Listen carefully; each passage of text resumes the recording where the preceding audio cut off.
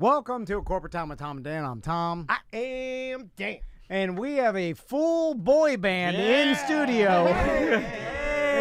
First time we ever had a boy band. We've never had a boy band in. Yeah. And Daniel actually set this up. Hold on a second. All right. That's not true. Okay. We had, does it count that we had Chris Kirkpatrick in here? And we insulted him. He's a very good friend of the show, and we got him in here. Is he a friend of the show? He was. He was a friend of the show until we insulted. We did like a Remember When 90s day, and we invited him in, and then it just went off the rails, and maybe there were some Michelob Ultras involved, like some low octane beers. Yeah. But it was only Chris. If we had the full NSYNC, no. We've dabbled in Chris and Joey. We've dabbled in. Yeah. But never a full boy band. You are correct. So the Full Circle boys are in studio with us. How you guys doing? I should have told you that we have only 3 mics for 5 boys. Yeah. If I'd have known there were more boys coming, I would have brought more mics. Dawson, Jagger, James, Sean, and Oliver are all in studio with us. Okay, so let's talk about how you guys started. All right, so how does one become how do you decide that one day you want to start a boy band? And I was digging into like what you guys how you started, and it kind of reminds me of what I'm going through now. My daughter's 9 and she's in competitive dance, and she does it 5 hours a day, and she's addicted to it and loves it. She's always at the studio. She's helping the little kids. She's always loves it. She's watching anything on YouTube that's dance. You guys are dance guys, right? Oh yeah. Yes, major dance guys. Grew up in the dance world. Yeah. Yeah, that's the common origin story that connects us. We all grew up in dance studios, many hours every day. Okay. Competitive dancing, dance competitions, conventions, whatnot. Yeah, she does a lot of that, the LADM and so that's a world that I'm in now, and I see it, and I'm like, at first, I will be honest with you, I was like, I don't like this. But the more I'm in it, the more I really like it. Yeah. It's the amount of dedication you guys have to have, the amount, like you see it with May. Just a grind. Yeah, it's a grind. It's very hard. It's no different than soccer or baseball or softball or any other sport. So did you get some stick early on? Like, was it weird to be like dancing guys? Because, it can be hard to, break through and maybe get respect or... Yeah, it was a little bit. I mean, James and I grew up together. So I've known James since I was 7 or 8, and we were lucky to grow up at a studio with a lot of guys. So there was probably at least 20 or 30 guys at the studio. So we had a little different situation from these other 3 guys. But yeah, there definitely was that at school, and especially if I was also on the basketball team. Okay. So that was definitely interesting because they had the stigma of like, oh, you're leaving basketball to go to ballet practice. Like, right. What's up with this? Yeah, but dancing is cool to know how to do because as a person, I don't know if you can tell by the way I look, but I'm stiff. I'm a stiff old man. And I've never been able to dance, and my entire life, my friends have been like pulling me on the wedding dance floor. Yeah. You're not a big fan of myself. His go-to move is the dolphin. No, it's the worm. Yeah. Oh, the worm. Yeah. But so I'm jealous of someone that could actually dance, and you guys have a huge Instagram following and social media following, and I've looked at your videos, and your choreography is great. So I'm curious, so you guys, 2 of you have known each other for a long time. When did the rest of you meet, and when did you guys decide, like, hey, let's form a boy band? Yeah, Dawson, Oliver, and we all grew up. Hold on, let me try that again. Now try. Hello. There we go. I got you now. Sounds good. Me, Dawson, and Oliver grew up in Utah together, so that's how we know each other. We also grew up at a dance studio all together. Okay. And then I met Sean on a dance job, like in California in like 2020. And then Sean asked me to join a boy band, and I went, no. And right. Why'd you say no at first? I thought I was too old. You hear? Because the boy band that I knew was One Direction. They were my boy band growing up. Okay. And they all started when they were 16. I got asked when I was 19. So I was like, I feel like I've too old for like this. you aged out. Am I correct in thinking like One Direction too, not known for their dancing, right? No, not at all. Like that's what like I kept comparing you guys to like I was like these guys are the anti One Direction because they can sing, but they also like there's one really the well. last video I watched of you guys like you didn't do the typical like hey we're gonna go in and cut the song and then we're gonna do the video and we're gonna mimic the video and we're gonna lip sync the video and make it look cool. They didn't. They sang the song, but then the video was them just busting ass dancing like really good, like and like working their asses off, like dancing really hard. And then I was like, how many times do you have to film that video? Do you know the one I'm talking about? Are you talking about All That Matters? Yes. Yes. Oh, we did that one. I think we filmed it because we just filmed it all the way through the entire Super hard dance. dancing, like super hard to remember, all of them in sync, like pardon the pun. And but like you know what I mean? Like, but but they weren't singing. They were like, let's showcase our dance moves. And I'm like, I think I see what you're doing here. We did it. Do you guys try to showcase your dancing? All the time. We did it in 3 takes, that one. That one was just 3 takes all the way through. And it's like a 3-minute, like, it's like 2.5 minutes. It's like boxing for 3 full minutes. Oh, yeah. Well, let's talk about that for a second because it was very impressive. I was impressed with that. I thought it was super cool. People don't understand how hard it is to dance while you're singing because you get out of breath. Well, that's kind of why. Insane. Well, that's kind of why I was glad not to go back to it, but that's kind of why I was glad that you guys didn't try to like insult my intelligence. Because I know what you're doing dancing wise is so hard that like it'd be impossible for you to sound like record quality and do it because you're real performers. So I kind of like I think I got it. You know, I was like, oh, I think I like that. It's more athletic that way. And actually, as we were filming that, another thing is we were in Chinatown and the security was like, you can't be doing this, you can't be filming here. So we literally only had those 3 takes to do it because he would loop around and we had to time it to be able to get it. Like get gorilla. Oh, really? Doing like gorillas do it. Yeah. You know, that was a thing back when I was younger in my 20s, where if That's you how you made all your videos. If you brought a video camera into somewhere, like immediately the store, I used to do like I don't know if you've ever heard of Jackass. It was a little before your time. He's like in that world. But so anytime you brought a camera into a Walmart or whatever, they'd immediately call security. But now I feel like everybody has their cell phone out videotaping. So I feel like it's kind of more open to videotape anywhere you want because literally everyone has a 4K awesome camera in their pocket. To it. We're just videoing everything. Yeah. Like I rarely see like influencers get stopped by stores or anybody around them because they're filming with their... Some should be stopped more, but they're not, So I know you guys recently went on tour, so tell us about that. Well, they also have, you're playing Dr. Phillips tomorrow. Yes. And then they're releasing a new single this Friday. Yes. Call my name. This is a big week for you guys. You got a lot going on. You're playing dare I say, the best venue in the city.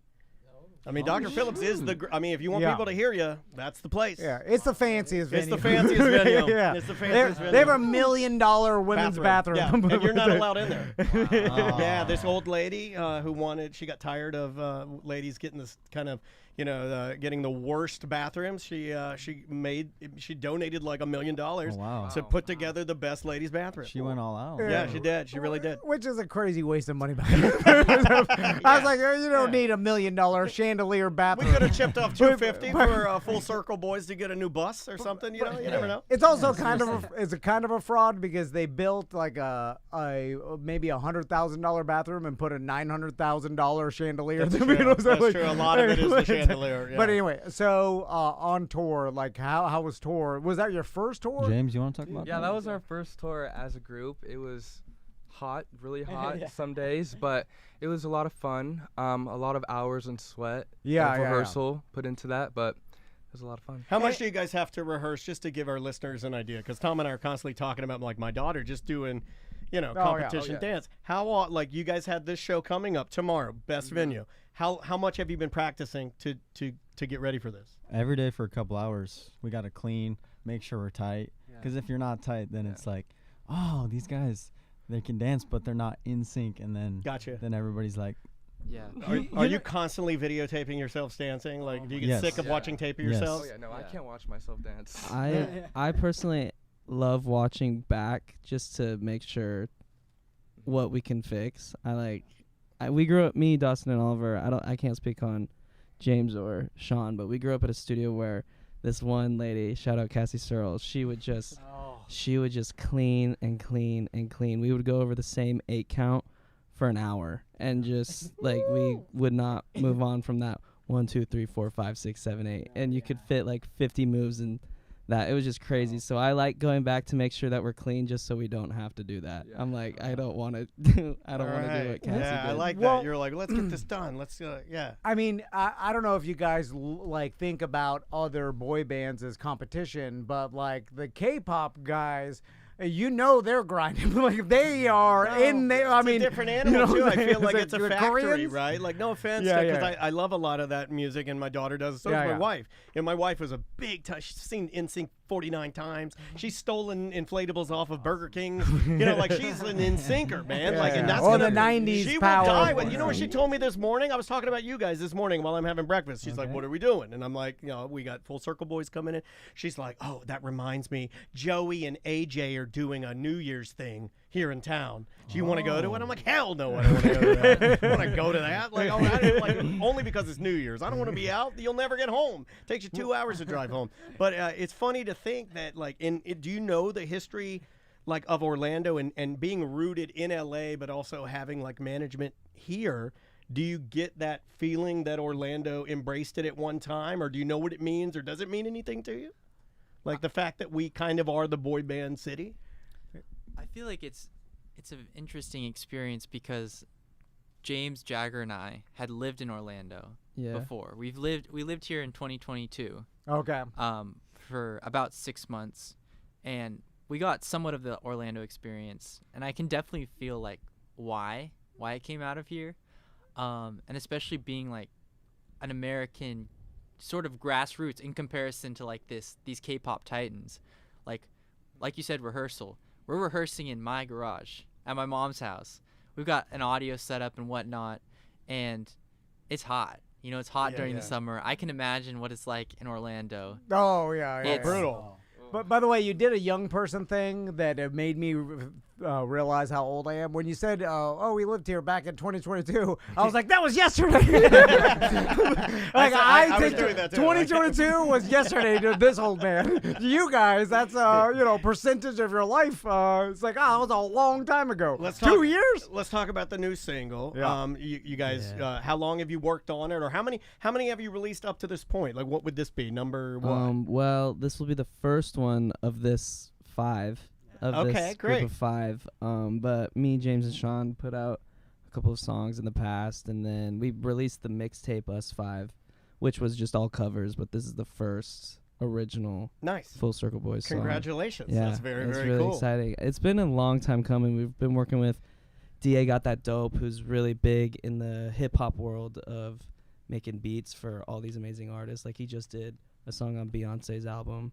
And now we got him on just an unknown boy band, and he made a beat for us. The chat room's making fun of me, saying that I try to dress like these guys on a daily basis. They're so mean. They're so mean. The whole they're old. Yeah. They don't understand you guys. They don't. But their kids do. Exactly. But their kids do. I'm curious because you guys are what's your guys' relationship with social media? So, great question. Do you guys, because you grew up with a different relationship than me and Daniel did, obviously, we saw the start of it, and then we remember not having it. I don't know if you guys remember that. And then we're like, what are these people saying? And then we'll yell at them back. We were like, oh my God. Yeah.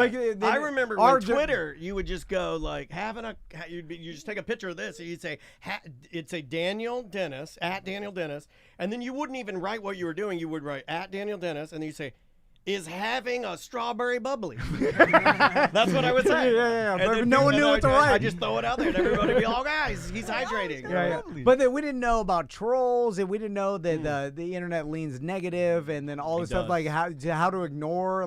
We're just thrown into it. But now, you guys grew up with the internet.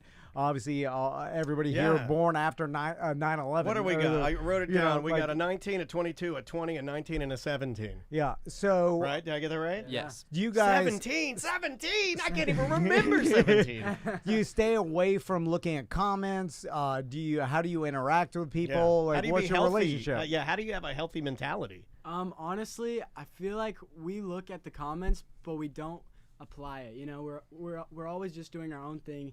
It's our original. It's just us. You know, and so when we look at those comments, it doesn't change anything of what we do. We're still gonna put out the same content, but yeah, like. It's just and that's the youngest, right? Aren't you the youngest? Yeah, he's the youngest. Yeah, that's the youngest with a great. Do you see that? Yeah. Well, at 17. He's like, I look at it, but I don't internalize it. What? I'm 48 and I internalize all of it. I'm like, they called me short, and I'll cry all night. But your whole life, social media's been around, and you realize like what people are saying. Because a lot of them they don't even believe it. It's just like people are negative just to be negative or to be trolls. Just maybe to get it out on their end. I don't know. Yeah, elicit some sort of response. I think the best way to look at it as it's obviously different when you're doing a tour because you get to see people and you get to interact with the people. But positive or negative, whatever the comments are, I try not to let it get to my head because at the end of the day, it's just somebody on a screen. Yeah. Like they might not be real, but the good comments are really nice. And but you the got bad dances ones to just clean, man. You got work yeah, to do. I can't worry too much about it.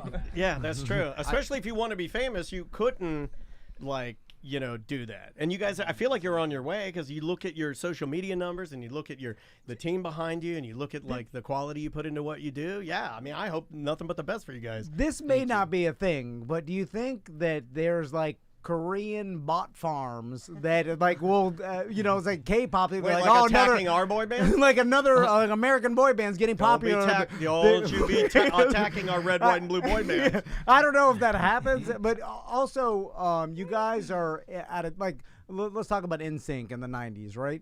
So when they were performing and they were gigantic, and so they could afford to make mistakes at their concerts. They could have a bad day, which everybody does, we're only human beings. But now in 2024, like your bad day or your mistake is now gone viral. So someone's you're at the Strawberry Festival performing, and then some person in the front row is filming you. You mess up one of your routines, or one of you having a bad day or lost your voice, and then that video goes viral, and then it's bad press for you. I'm just, like, how much are you cognizant of that? Like, we cannot afford to even make a mistake on stage, which is crazy to me. Yeah. Because how do you give your guys? How do you give yourself some grace? I think at the end of the day, like for me personally, and I think for us as a band, we realize that we're human, and if we show people that we're human, then when we do make those mistakes and those certain types of things, it's not like, oh, I can't believe they messed up, but it's like, oh yeah, that's the boy band that like I can relate to because they're personal and they're real. Yeah, exactly. It's not. My God, these are smart young men. Jesus Christ, we should have known this when we started our podcast. We'd be successful right now.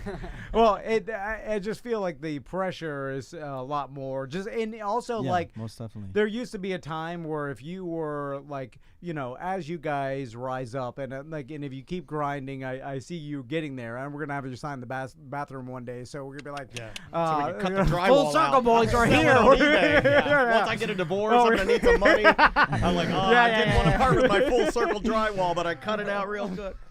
But so as you keep climbing the fame ladder, like you have to be cognizant of every single move you make, because it's like some fan rubs you the wrong way, or like, because that happens to celebrities, where all of a sudden like a fan like will be super hyper aggressive, and you'll be like, oh, back up, and they'll only film the hey, back up, and you're like, Full Circle Boys was not nice to their fans, and that's the story, and you're like, wait, this person came rushing at me. It happened to LeBron. It happened to LeBron in Paris. Oh yeah. That kid ran up to him and he goes, stop.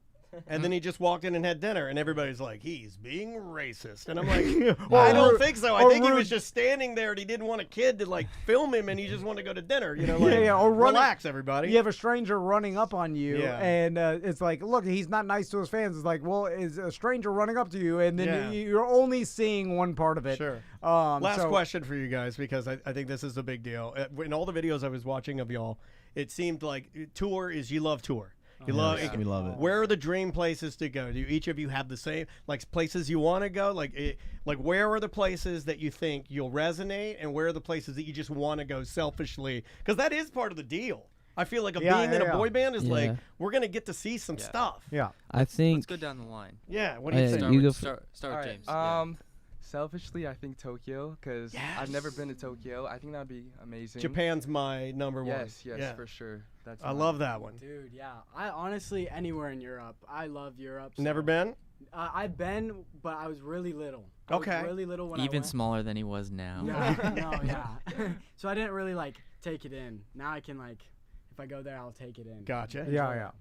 Yeah, I think I want to do something in the sense of like a Jimmy Fallon or something like that. I'd love to perform for one of those shows. Oh, really? And do like I'm a surprised live. you even know Jimmy Fallon. I know, that is a late night that's shows. an old soul. That's an old soul there. Yeah. Like late night shows. I thought they were a thing of the past. Like no one cared about getting on them. They're but they're clip shows now. Do you stay up and watch it or? Yeah, well, I always see performances on YouTube of just artists on those type of shows, and they're doing their live performances, and it's just such a cool aesthetic vibe. And I'm always like, man, when we get there, when we get to do that, we're gonna make it so cool. It's gonna be sick. I love that. I love that he also says when we get there instead of if we do. I don't know. Honestly, now's the time. It's probably easier to get booked it's on like a Fallon or any sort of like Kimmel or whatever. Yeah. Like I bet it's a lot easier than it was 15 years ago. You know, to get on there. Where'd you go? I think we would resonate anywhere we go. I think we got That's that. a good answer. Good confident answer. But selfishly, I want to sell at the Garden and then Madison right. Square Garden in New York. Do the Andrew Schultz. Do Yeah. the 2 nights. And then I also, people always ask us, they're like, well, do you think you'll ever break up? And I was like, we ain't breaking up until we make stadiums. I like that. Until we do at least 2 stadium tours. I like that. Yeah. And you got one? I got 2. I got 1.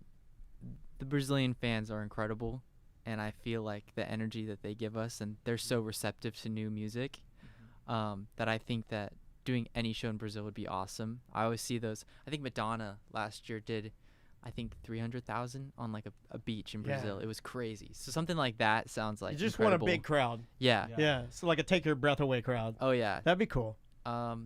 Or like a major theme park. Okay. They used to do the holiday specials, and they still do them, and I always watch that Christmas morning or New Year's morning, and I think that would be super fun. They especially used to 'cause do the a type lot more of them when we had more boy bands around here. Like I remember. Are you guys on the Macy's Day Parade float? No, Andrea used to go. My wife's Andrea. She used to go to Universal Studios here in town when we were more like, if you rewind 30 years, when boy bands were really popular here, they would be doing. I mean, Disney knew that they were popular, so they would do like, it's Disney's very holly jolly bear, they do that, and then starring Backstreet, and then they'd have a boy band because they knew that, and then the crowd would show up, and it would be huge, and you'd have the best stage, best lighting, and then the fireworks over the castle. That is pretty cool. That would be very cool. It's very iconic. Yeah, NSYNC's like when they blew up was when they performed at what used to be MGM Studios, which is now Hollywood Studios. If you watch the video, my wife's in the videos. Oh, wow. She's obsessed. Speaking of NSYNC blowing up, it was like when we had Chris Kirkpatrick and we were talking to him, like he did mention something that isn't obvious to the rest of the world, where he's like, people thought we're like a overnight success and that we just came out. He's like, we were grinding for years, and they were in Europe touring, and like before they blew up, it took them years. It was very difficult to go back through all. I mean, like, you guys have a lot of content out there. It's not like you've just been sitting on your hands. I mean, there's a lot of stuff out there for people to go, and I urge all of our listeners to go and check them out. But yeah, man, it's true. It's not overnight. Yeah, but the thing is, like, the single that if people are listening to this on the podcast or radio, it's out today. Yep.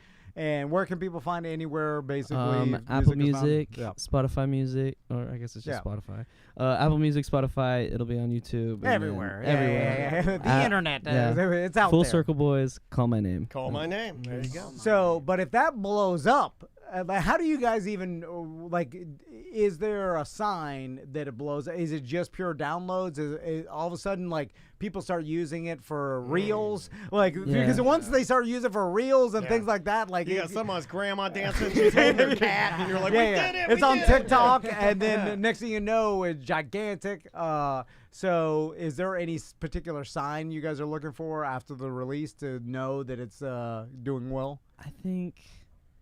everything just comes and goes so fast nowadays. I think like Water by Tyla was so big for so long, for so many months. I think if the song has longevity, like if it isn't just like a fun thing that people talk about for a week, and then like if it just keeps going and just keeps growing and living, then that'll be a sure sign of success for that song. My kid loves that song. And That's then, a good ass song. And then you could do what I see Teddy Swims do all the time, which is you're just walking by, and then some street performer singing your song, and then you're like, oh, I'm gonna go sing with them. No, and it's like, we know what you're doing, No, Teddy no, Swims. he- I see 20 of those videos. He does another one now, and I like these. I like the Teddy Swims where It's he'll manufactured. He'll just have somebody singing it, and he side screens himself, and he's just like. And I'm like, you're not doing anything, Teddy Swims. Yeah, I'm tired of it. We know other people are singing your song.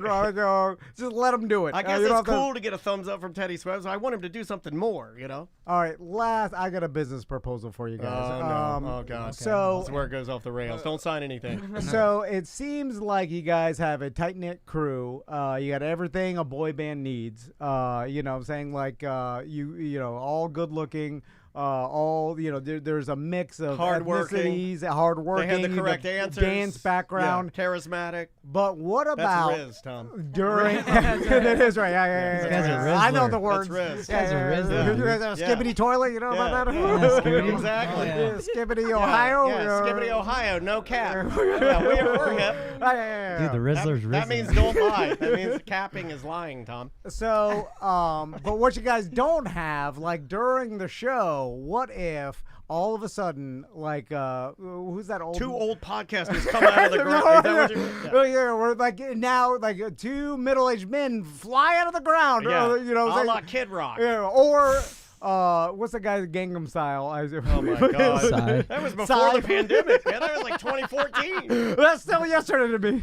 Anyway, so you get two middle-aged old men pop out of the stage, and they are for, you know, the older. Wait, we're gonna The bring. older I know what crowd. he's doing. He's doing the bring them down low, and then you guys come out, and we're so bad. I think it would only work if it was like the Muppets, those two old men like in the balcony. No, that's us. That's us. Yeah. We're those No, I don't want to be the comic relief. I'm running late. I'll get on the tee and get some abs. I could, you know. Yeah, we could call ourselves the Testosterone Boys. Yeah. We're just two guys with low T that pumped themselves up too much. You don't know about this. Old men have to take testosterone. Eventually, you're going to need it to get out of bed. Your wife is yelling at you. You're like, oh, God. So thank you guys for coming in. We appreciate We it. appreciate it. You Thank guys you are so much. awesome, man. Sign the bathroom in case you get famous. Yeah. And then Yeah, for fun. hopefully, now this has never happened because we've had the likes of Segura and Kreischer and John Nate- Witherspoon. Nate Bargatze, Yeah, and Lozelle. some other celebrities that have blown up, and Steve then Irwin. they stopped taking our calls because they're too famous. Yeah. But for Bert you Kreischer guys, won't call us anymore. I just want you to burn this into your memory so that when you are the most famous in the world, that you take our call. We're like, hey, we got the full circle, boy. And they call us they're again. like, Tom and Dan called us again. Just do one We'll Zoom take call. the calls, don't worry. Okay, we appreciate that. Your management will vet us out. They will. They will. I know how it works. I'm like, Just- hey, just we personal DM us. Yeah, we'll have to go around management. yeah, but they don't like that. No, they like, hate what are you that. talking to my Sometimes clients? they'll get on the line when you're on the phone line. Oh, and yeah, like, yeah. who are you talking to? I'm hanging up. Well, we appreciate it again. Yeah, thank you guys so much. Full Circle Boys. Their singles out today. If you're At listening Full to this. Circle Boys, wherever you do the socials, it's at Full Circle Boys. You can find it everywhere. And don't sleep on Call My Name, the brand new single. Yep. Oh my Yep. man. And Stream, baby. we'll be right back. Awesome, we're done, but we're still on Twitch and YouTube. Is that it for today? We'll come back We have and to come record just two small Okay, segments. cool. so. But we're still on Twitch and YouTube, so Awesome. we usually just let it run in the background. Thank you guys. Thank you guys. You guys are awesome. Did our air turn off? Because I started sweating like a pig in the beginning. Well, they We have a nest, and when you don't walk in that room, it won't activate. So then it just, and these computers just start pumping my pants full of hot air. Well, usually a lot of people in the room. Too, Yeah, thank you guys for coming in. That was super fun. Yeah, Awesome. Where are we putting that tea? That's Friday. Oh, it is Friday. You got it. Cheers, y'all. I'll give you a fist bump. Only because oh, thanks, man. They're old. This one right here is like 20 years old, and that's my daughter. That's like 9 years old. So. But yeah, I love tattoos. If you ever need a guy, we got guys. I like your shoes. Thanks, man. I appreciate that. I'll have to tell Tom I got 2 compliments. He says I'm little dumb old man. I got 2 compliments, Tom, on my tattoos and my shoes. Shoes and tattoos. Well, thank you for doing it. No problem. No problem. Anytime. Big personalities. Yeah. Well, we do this a lot. We talk a lot. A long time, so it's John should have a podcast. He talks a lot. yeah. Well, everybody's got a podcast. Right. Yeah, I'm sure they'll have a podcast eventually, and it's A lot of planning and work. yeah, it is. Yeah. And it's just Oh, Charles, I meant to tell you. Hopefully, you got my email about Facebook. I think the latest was like 450,000 podcasts.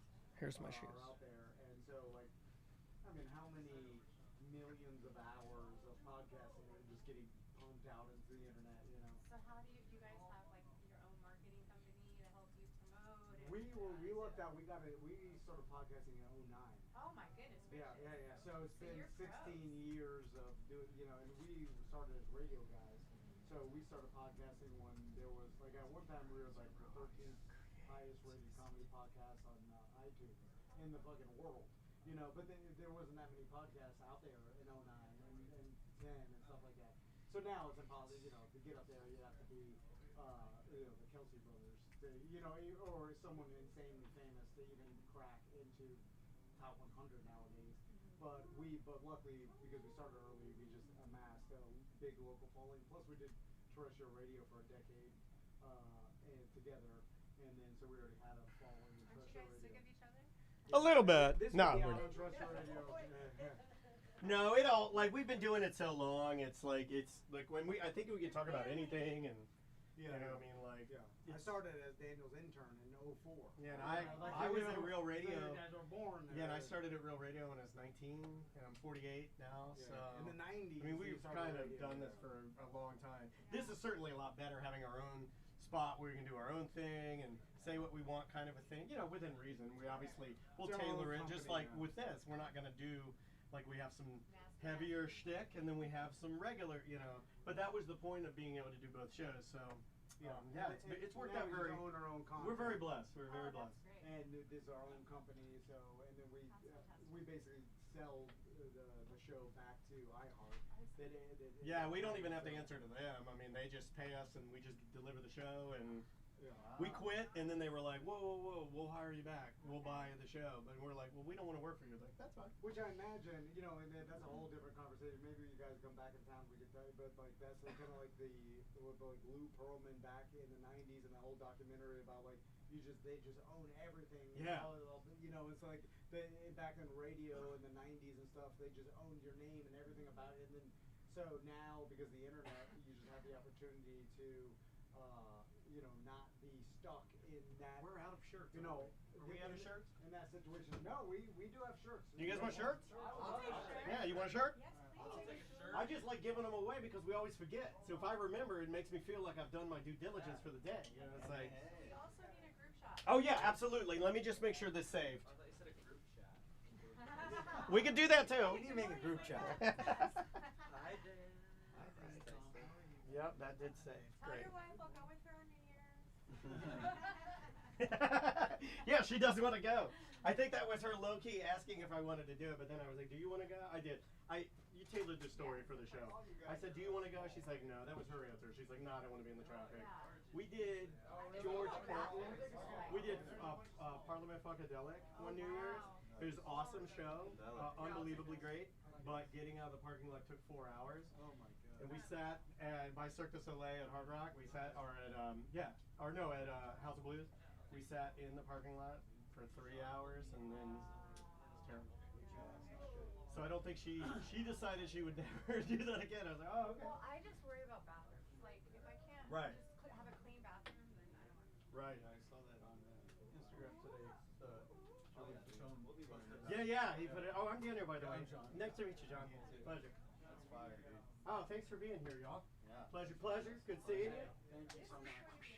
Thanks again, y'all. Thank you. Have a great rest of your day. Yeah, you got it. Oh yeah, we got to get a photo. Where did I do it? Right here. This is the best photo of all. This is our installed step and repeat. Photo time. Oh, I like that. Fashion. Spread Lord. You guys got all bases covered. a band named Full Circle. Yeah, here in town. Back in the radio days, Yeah, there was one. there was like They're metal. 90s rock band, but they were called Full Circle. Yeah, I think we ran into problems with trying to get our. Oh, we're gonna take pictures. Guys, get in tight. Yeah, I don't think they can. Here we go. Ready? 1, 2, 3. Boom, snap in a bunch. You know, like something goofy or something. Whatever. You want me to take one of yours? Yes, please. You got it. Here we go. 1, 2, 3. Perfect. Awesome. Thank you guys so much. You got it. Next time we have a new single, can we come back? Sure. I mean, we always have time to fill, and that was super fun. And it'll probably be better next time because we have a report now. So, yeah, let us know. That was super fun. Cheers, y'all. Cheers. I'm sorry, Friday. I keep doing today is Thursday. This one later Friday. Yeah, I keep doing that too, T. All right, y'all. And then we'll do that. We'll post it today, and we'll just say it's gonna be on Friday. Yep, perfect. Nice meeting you. Hey, good meeting you. See you guys. Thanks. Please thank Caleb, and nice meeting you. Good luck with everything. Take it easy. See ya. Take care, man. I hope my daughter grows up to be a young dancing and performing. That would be cool if she did that. Yeah. Well, that's more of a business, you know. That is a business. Well, I need your help because we're going to do the local model. Yeah. No, I'm serious. It's like, that's how you make money until you can make money globally. Because if you can't, how do you monetize it? You can't. Yeah. So you just got to do it locally. And they're kind of doing it because I don't know if you saw the places they've been playing. A lot of high schools. Yeah. And they sell it out. Oh, yeah. They sell it the F out. Yeah. But they set up the stage. It looks pro. It looks like a little, like in that video you saw, it looks like a little Coachella. I think they said that. But it's in a high school field. Yeah. Kind of smart. And then Kind of smart. That will just virally go, and yeah, I mean the business behind it is, although nowadays it's all about touring. He says, I saw two of the boys smell their shirts. They either smelled like new shirt or they were stinky. Did you give them Full Circle they're boys old. stinky shirts? Well, I mean, they've been sitting there. Do you want to finish this out? We can. While we got the energy, we might as well finish it out. Yeah. What's that? All right, I'll bring us back. I'll talk about it. It probably stinks like Butler's squid he used to cook it here because they've been sitting there for fucking 7 years. I'll talk about it. 3, 2. Welcome back to a corporate time.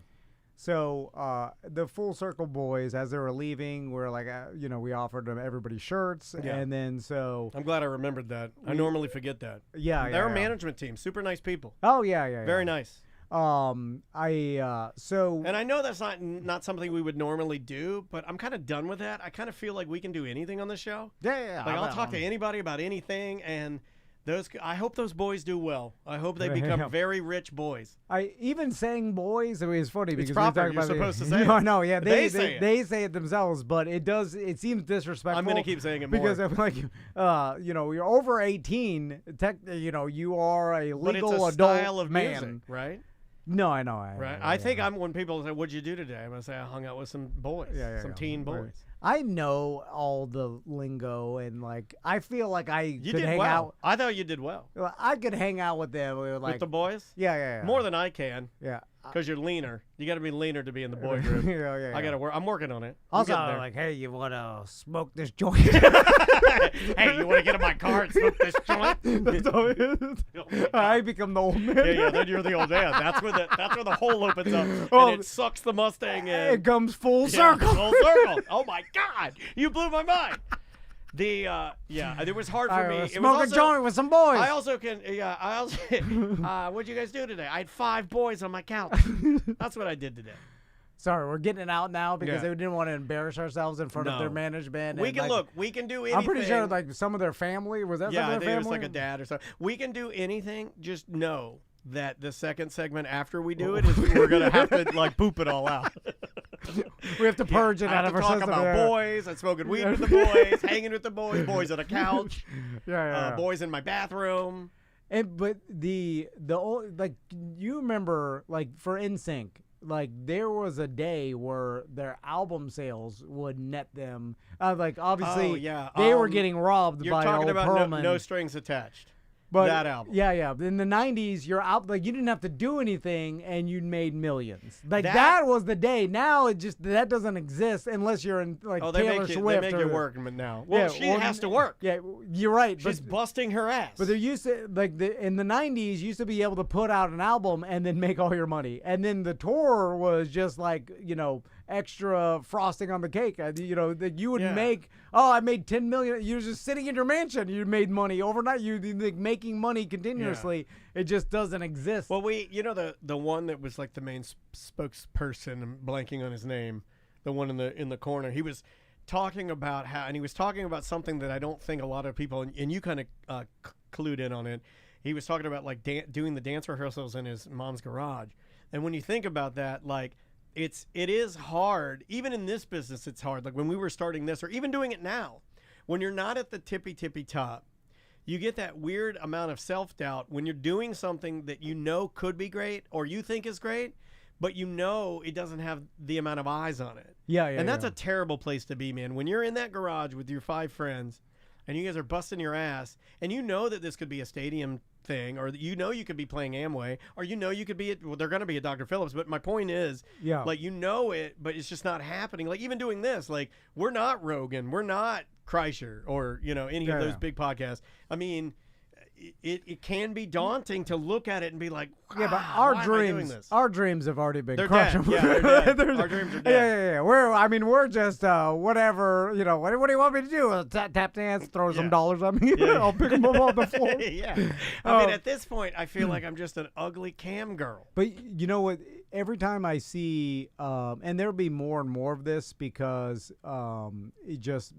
everybody's got a video phone and pictures and stuff. Everything is for content. Content now is people not returning their carts. Yeah, no, that's a show. Well, I was like the video of Rage Against the Machine playing some small festival. I know I bring it up, but when you watch Rage Against the Machine play some festival in front of nobody, the same exact song, killing in the name of the whole thing, literally what they played in front of 100,000 at wherever, what I'm saying? Something like, and you're like, man, they're doing the same thing exactly in front of nobody at some podunk festival that no one's at. Sure. And that every time I see those videos, it for whatever reason it weirds me out. I'm like, well, weird. And but I bet there's going to be a lot more of that because now everybody's got video of every performance before they got famous. There's those Post Malone videos. Where he's just like, it's just him and he looks pretty similar, like maybe minus the face tattoos, but he looks exactly the same. He's just strumming a guitar and singing, but he sounds exactly the same. Yeah. There's no different. And then when you see early non-famous Post Malone, you do think, you're like, how the hell did this guy become so big? Yeah. Because when you see him now, you're like, oh, it makes sense. But he was always kind of the same guy. Well, he's a weirdo. Yeah, weird. He was into all different styles of music. Artistic he's wearing booty weirdo. Shorts. He had like cornrows, and he's like wearing like tiny little jean booty shorts and tank. Yeah, he's a weirdo. Yeah. I do appreciate it. There's a 50-50 on weirdos though, because look, I went to DeLand High. The vast majority of our weirdos, I think they just stayed weirdos. Yeah. They didn't become like famous weirdos. No. We didn't have any Post Malones. We had Terrence Trent D'Arby, and he was before my time. He had that song "Wishing Well," and then his mom was one of my substitute teachers, Mrs. D'Arby, and then one of his brothers. I remember him drumming, and I think I drummed with him a couple of times. But from my area, that was like there were no real. If you were weird, like I remember this one weird kid that had like a long mullet. Like he had a long mullet and he was like kind of a girl man. Yeah. And then he wore a kilt. Yeah. And I remember thinking, seriously, I remember looking at him and thinking, you're going to do something extraordinary. And it never. No. It didn't happen. Well, that's the thing. No one does anything extraordinary. Like, the chances of actually being extraordinary, that's why there's not that many celebrities, ultra famous people. Like, the likelihood of you being ultra famous is the chances are against you.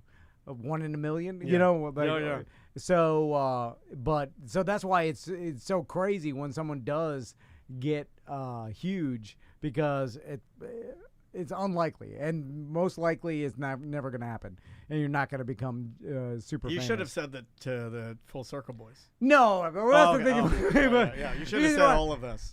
Also, they're. Do you think they think about that? I don't think they do, because when you're young, you don't think about that. Oh, and that's the beauty of being young when you're doing this. Yeah. Like when I was young, even 15 years ago when we started this podcast.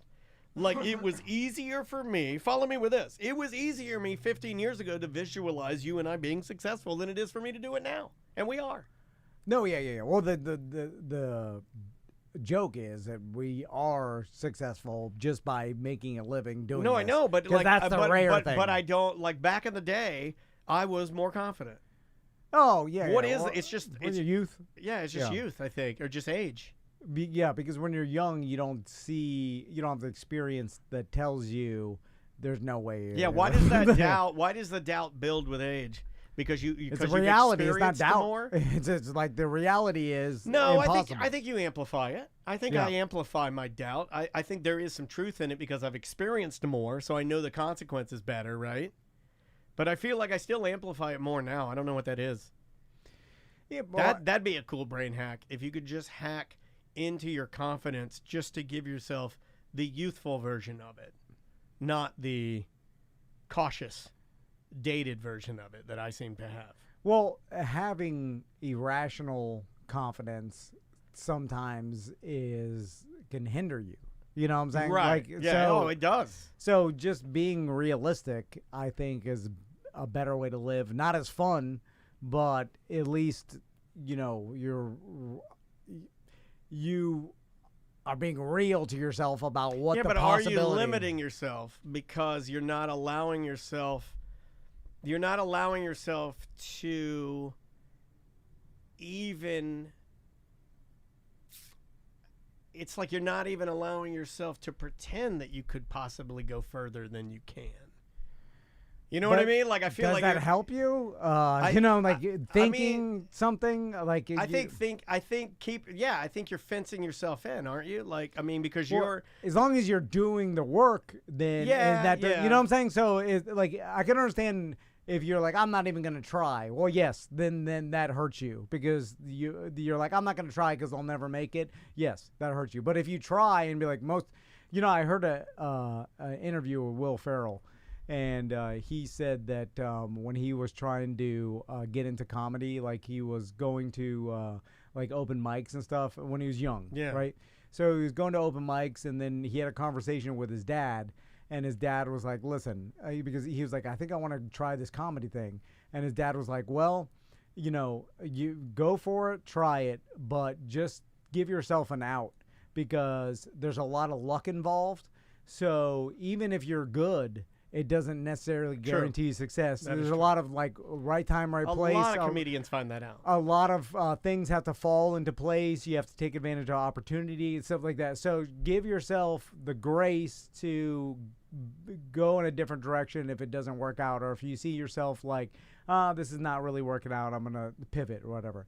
And he said that gave him, like, he believed it gave him more confidence to just not care about the result because he wasn't worried about like making it as much because he was like, that's a lot of luck. Yeah, all right. So he's just like, I'll still give it my all, but if I don't make it, that's fine. I'll just move on. I have another path. Yeah. So I don't mind failing because it's not really failing. It just means the luck didn't go my way. Yeah. And so that helped him. Now, but then other people would be like, Adam Sandler, another interview, this must have been in my algorithm. Adam Sandler said when he was like in his 20s, he had so much confidence and he thought he was good looking too. He laughed. He's like, I used to think that like once the world saw me, he's like, I knew I was going to be a movie star.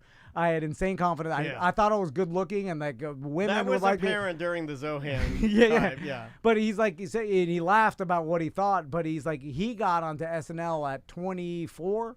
Like, so he had early success, but his confidence, like, and he almost turned down SNL because he's like, maybe I want to be a movie star. Right. So, think about that. So everybody's path's different. And no matter what you think, I think as long as you are trying and all these people like are grinders in some way, they just worked at it, right? And so whether you think you're not going to be successful or not, that doesn't matter. It's just the work, right? Yeah. And then as long as you put in the work, then that's the only real, I guess, it always chance. comes back to work for me a lot of times because Your mentality. I've seen so many people that were not as talented as friends of mine just put in the work. I've just seen so many examples of people that are just like, they don't have the natural talent, but they do have the ability to grind hard and really concentrate on what they're doing. And most of the time, those are the people that win out over my friends that are like the super talented ones, the ones that naturally were born with it. You know, I'm not talking about even myself or anything, but I'm just saying, like, because I do enjoy working. I enjoy the grind of certain things. But I've got buddies of mine that would blow me away in drums, just literally blow me away. But they don't have the ability to sit down and woodshed. Put in the time, They don't want to do that. You know, and natural talent will only get you so far. But I don't know if there was anything I ever give Maisie. It's all about practice because I've seen so many examples of people beating me. Well, she's got what it takes, the mentality to put in the work. I'm constantly screaming at her though. Practice. I don't. You don't think that's what I'm saying. I do a little bit of that. You know, like I did. I was tough on her in the beginning of it, like, and letting her know that if you're gonna do it, you have to put in the practice. Like, you can't just show up for performances. I like what you're doing. You're taking the credit. I gotta take a little credit. I gotta take a little credit. No, you take it all. Yeah. I can't take all of it. Once she get, if she some ever, of it's born in there, but I'm tough on her. If she ever gets famous, you're like, she like was Shaq's dancing dad. in my garage. Like Shaq's dad, yeah. Tiger Woods' dad. Like, I made her watch me dance in a high chair every night. Like, just make up whatever you want. Anyway. All right, we will see you next week. Like in the garage dancing around a high chair. That's funny. All right, are we doing any more? Yeah, we need to do a 7-minute segment for Thursday. All right. For Thursday too, and then we just can do some voicemails. I got some good ones.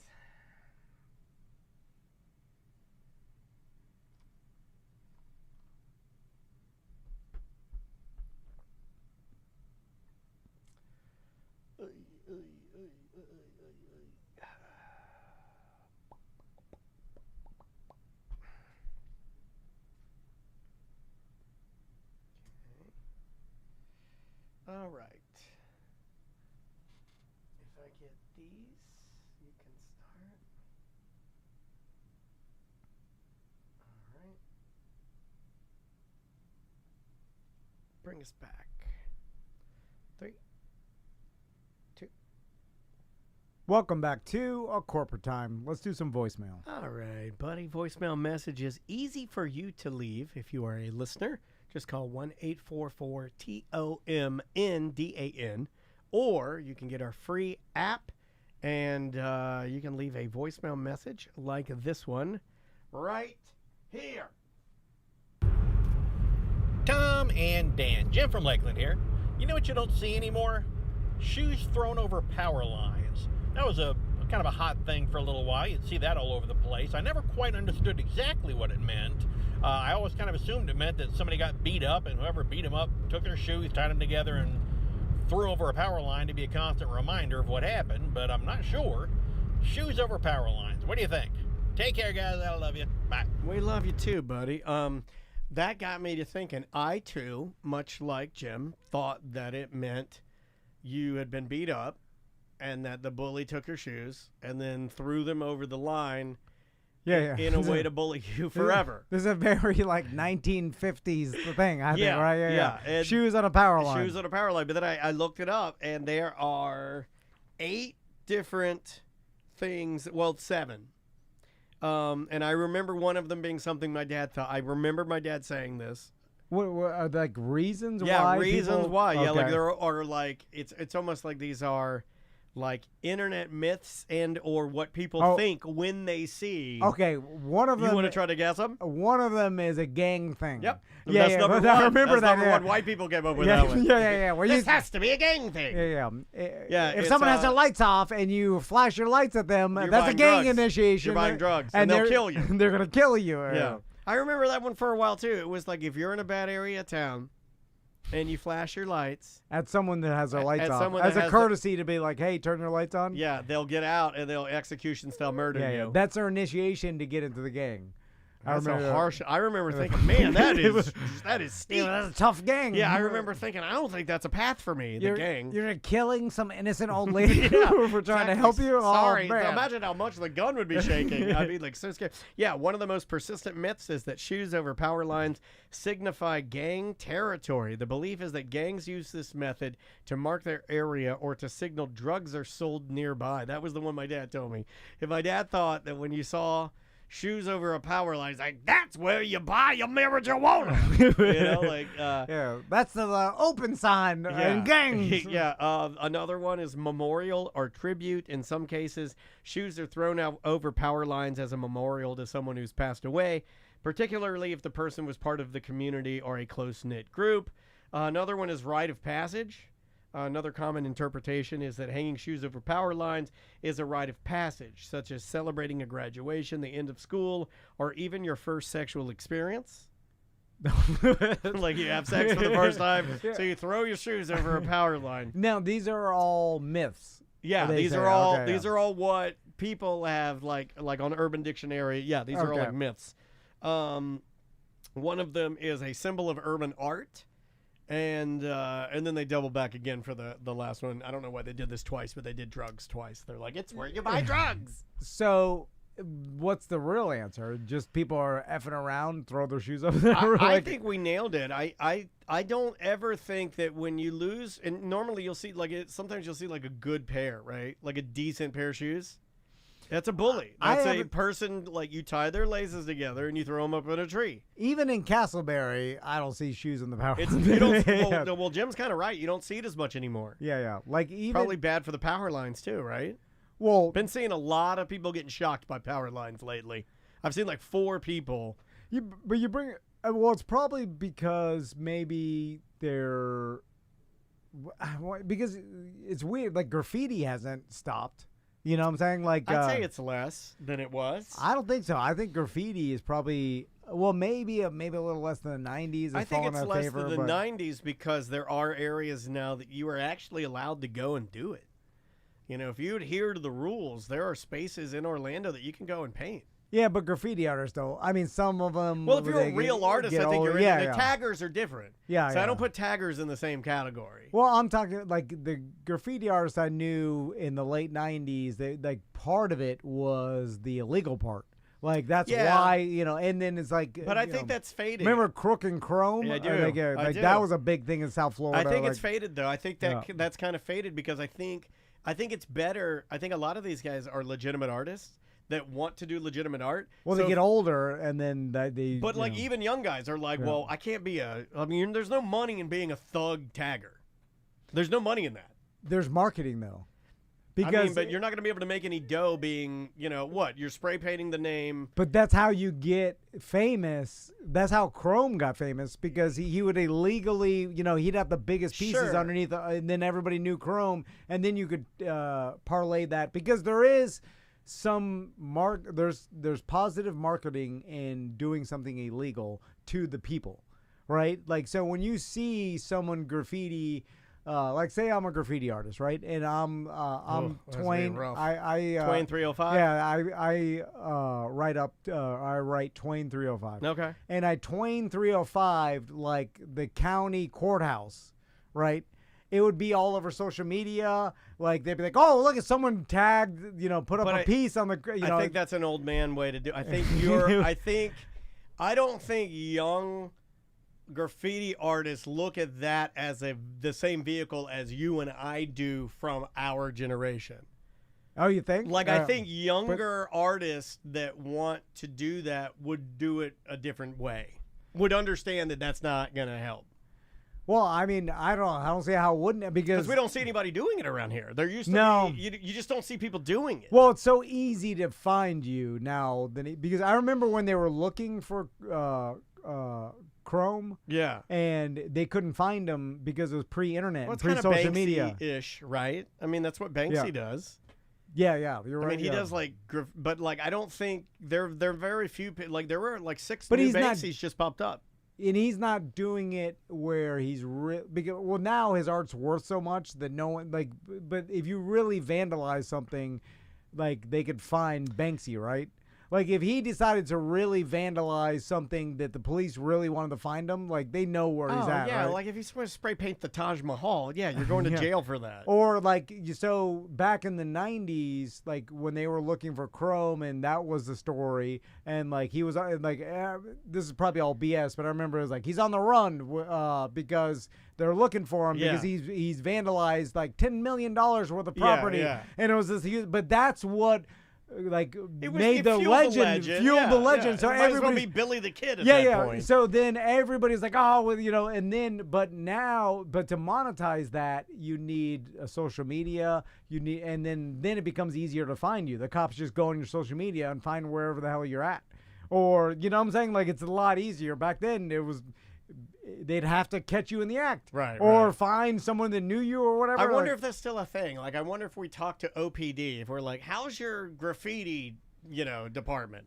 I think it's still, I don't think graffiti, it is. No, I don't think it is. Because I don't see as much of it. Like even downtown, I haven't been downtown in forever. But... or you're in Baldwin Park. No, but like even when I'm down Colonial more than you are though. Yeah, like I'm always on Colonial, and I see less of it here. They've done a pretty decent job of cleaning it up. We got to go back in there. Okay.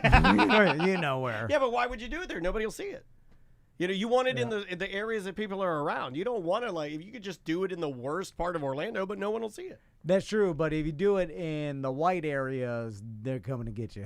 That's when. Well, also there's way more surveillance cameras now. We have a ton of those in here. So basically, everywhere you go is on camera some sort of way. Yeah, for sure. We got to get out of here, buddy. All right. Anything we need to plug for the folks? We've got our free beer fest coming up in November, and our Sanford sofa races coming up the day after. We'd love to see you. Come on out there and hang out. Those are free events. Yep. The weekend before Thanksgiving is when we do that. So we'll see you there. They're free events, and we'll see you tomorrow. Perfect. All right. Any more? That's it. All right. Are the pigeons still deflated, EJ? Yeah, I think he put up like 6 more Banksies. Guys, thanks for hanging out with us today. We will see you tomorrow.